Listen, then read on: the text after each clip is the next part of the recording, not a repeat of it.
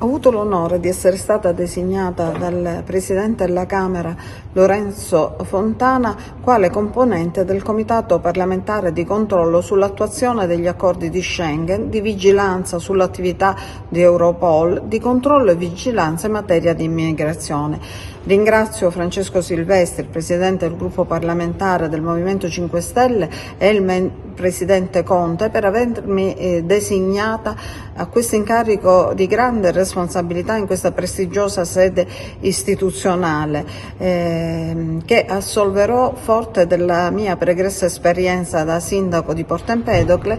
che è stata al fronte ed è ben consapevole dei problemi dell'immigrazione. La mia stella polare sarà il rispetto della persona umana, dei suoi diritti fondamentali, della sua dignità ed il controllo a che l'accoglienza possa avvenire in modo sereno, tale da creare le condizioni per una società veramente inclusiva in cui prevalga il senso di fraternità su altre questioni. Certamente si devono percorrere vie nuove perché quelle sin qui